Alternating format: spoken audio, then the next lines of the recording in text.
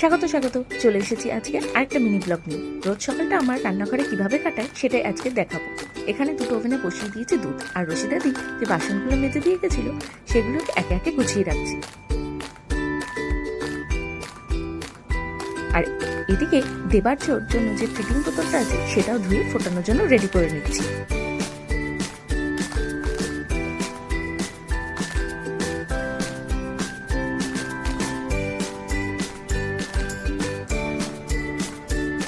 দেবাচ্চার তরকারির জন্য কেটে নিয়েছি সবজি আর বসিয়েও দিয়েছি এদিকে।